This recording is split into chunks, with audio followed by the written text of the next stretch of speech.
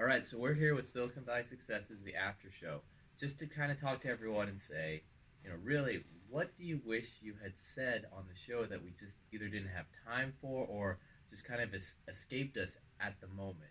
So, starting with Carlos, and take as long as you want. What do you wish you had more information you had given the entrepreneur or the startup out there that we didn't have time for? Really, for me, I would probably prefer if actual questions came from somebody that was actual tenant or a startup or an actual question that they were very curious about, or they could call in later, or they can write in. If there's anything like that, they have any questions or comments, feel free to send them to Sean. Oh, thank you. So a couple of things actually that I was planning to mention, but we got so excited talking that somehow it slipped my mind. So a couple of things. Early on, I got very good advice to really focus on product market fit. Because in the end, all a startup is a product that's good for a certain market. And that's it. And it's so easy to get caught up in the marketing and the PR and definitely the whole investment process with pitching. But in the end of the day, it's all about building something that people love. And so that gives me great comfort, and it also emphasizes the really critical nature of talking to users and really caring about their experience, because it's users first, and that's from day one of a company. And you can't start talking to users too early. How as a startup founder, would you go about finding these users to talk to? So that takes a lot of creativity. It really depends on who your users are and where they hang out. So whether you can get to them, actually for a startup, it's a good idea to do a combination of online and real life. So if you're creating a product for kids, ask your friends if they have some kids who could try your product. If you're creating food-related products, go to restaurants and put up pamphlets and leave your business cards. Any way you can, do this groundwork to talk to real human users as much as you can and take them very seriously. So that's some. Oh, and the final thing is I wanted to mention YC. Everybody knows about YC. It's not a secret. Okay. But they have some programs that are not quite as well known. In addition to their main incubator, they also have startup school, which is fantastic. Could you talk about startup school? I'm not familiar with that. Yes, I'm in startup school right now, and it's a combination of office hours with somebody who's very experienced, and they're the whole team of startups that are kind of pulled together and who attend weekly office hours, which are remote right now, and also talks that are you can either do in person if you can get a seat, or you can attend the lectures online. And it's really, really excellent because it's all led by real successful entrepreneurs, massively successful people who have built companies from the ground up. And it's just so inspiring to see them, to meet them, and to hear from them how they make that happen. One final little plug for YC's Leap, which is an online community for women in particular. So I highly recommend it. It's basically an online chat where you can meet like-minded women, if that applies to you. Not to you, Sean, to the audience. Oh, leaving me out. Sorry. Mary? Hi, and I'm Mary Blazer from Newmark Knight. Frank, one thing I would comment on is we track the availability of space in the market through our own internal database, through LoopNet, through CoStar. We have a lot of resources to help our clients find find this space. This is how we go about helping them search for space. And one thing we can query is sublease space on the market, which sublease space is space that all of a sudden comes up because some tenant has vacated their space, but they still have term left on their lease. So for startups, it's really critical when they're in a fast growth phase, and they don't want to sign a long-term lease. These sublease opportunities that come along are really excellent for them.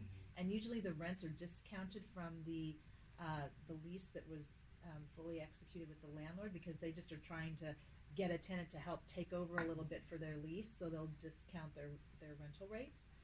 So the sublease rental rates and the sublease space market is usually very attractive to startup companies. Huh. So how flexible are these subleases? How open for negotiation in terms are most landlords, depending on the situation, obviously? The landlords are still going to get the contract rent from the direct tenant that they signed the lease with. It's up to the tenant to decide how much they'd like to discount the rent. to the subtenant. The master landlord still has to approve the sublease agreement.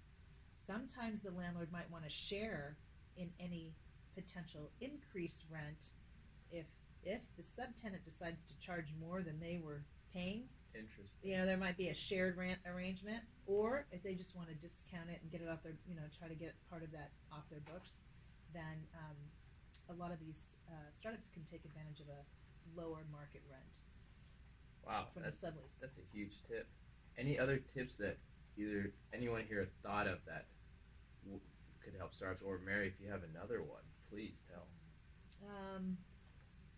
I just think that that's important for startups because it gives them flexibility. I think some of the startups that I've seen are actually banding together and trying to do some co-space on their own, because that really it just helps them with their budget as well as help them with their business plan. They can bring together some of their own workers, some of their own type of businesses, and help each other out there. So I did want to briefly mention, I don't know if I had a chance to mention Lifograph. No, what is Lifograph? So Lifograph runs a lot of events in the area where you can do a short pitch, and it's very welcoming. It's a very nice community where even if you've never pitched before, the founder Dia is very welcoming of new people, and I've made some very, very good connections by attending these events. I've won several of their competitions. So that's a really, really nice way to get started and also visit back down the line. So as a founder, would you recommend them going to many of these pitch events to practice their pitch or to network? Or I think it's a really great place to start when you're new to the whole startup ecosystem, to meet some people, to practice your pitch, to sort of learn what is this whole startup world all about. Silicon Valley is so famous, but it's not like there's this one place you go and here is Silicon Valley. You need to go out there and meet people and become part of this ecosystem. Mary, are there any clubs or organizations that you know of that might really be able to help startups out there? Yes, actually I belong to two networking groups that I think are really helpful for startups. One of them is called BNI, Business Networking International. And these are like-minded business people that come together and meet weekly, and we refer business to each other and share information about what we do and try to help grow each other's business. We're like a sales force for each other.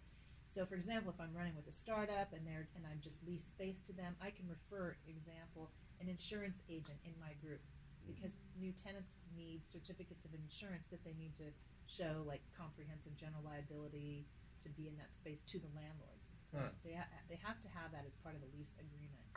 I can refer a business attorney that might potentially be in the group, or a lady who's an interior decorator designer who needs to help outfit their space with cubicles and furniture. So when you network with these types of people, you grow your network on who you can refer to your client to help from start to finish provide all these services that the startup company may need. Another organization I work with is very closely is called Provisors. Oh, tell us about Provisors. And Provisors is also a large business network organization where we do the same. We meet monthly, and we learn about each other's business, and we refer business to each other through the relationships that we begin to have with these other business associates, and how if they have a client that needs a commercial real estate agent, they might refer them to me, or if I have a client that needs a business attorney broker. It's the same type of organization. You might want to elaborate on Provisors a little bit. I understand you're a member of Provisors as well. Well, I don't want to toot my own horn here, but yes, I am a member of Provisors, Mountain View 1. I've met some amazing people there. I've had two people on this show from Provisors. Mary, you're the second one. The first was Doris Pickering from Silicon Valley Speaks, and the network has given me a lot of great introductions. Yes. But with that, how important would you guys say networking is for startups in Silicon Valley? Well, networking is really so a company has sort of two components. There is facing inwards, which is about building a product and talking with your users and having your team work well together and hiring. So there's a lot of stuff that are facing inwards. But as a CEO or founder in general, a lot of the work faces outwards. And the facing outwards is very important because you're creating a product that's going to be out in the world. And there's a lot of very experienced, brilliant people in this valley. Sean included. It's very, very fortunate to meet Sean. Actually, it was this past July. I decided I'm gonna go out and I'm gonna meet some people again. So I decided to go out to more events and actually met you in early July. That was really great.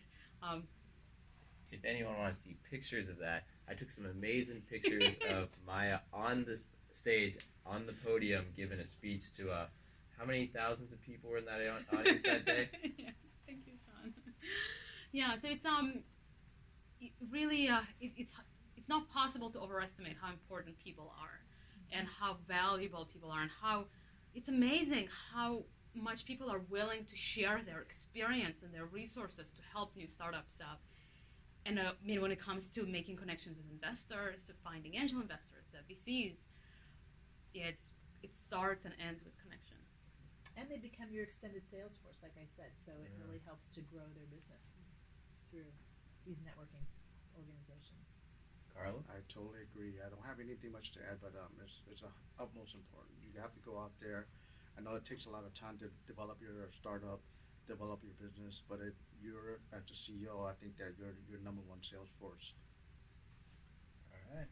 With that, any last words from anyone? Would you like to once again talk to everyone out there and how they can get a hold of you?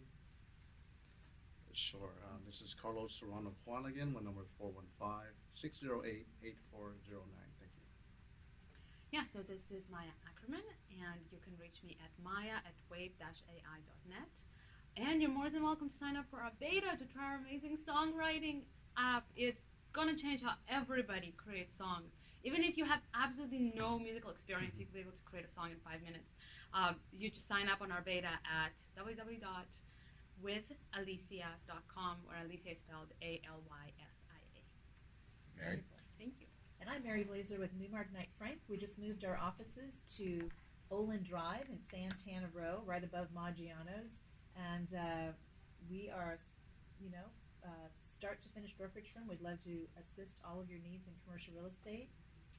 We can be reached at 408-727-9600. That's our direct line. And my name is Mary Blazer.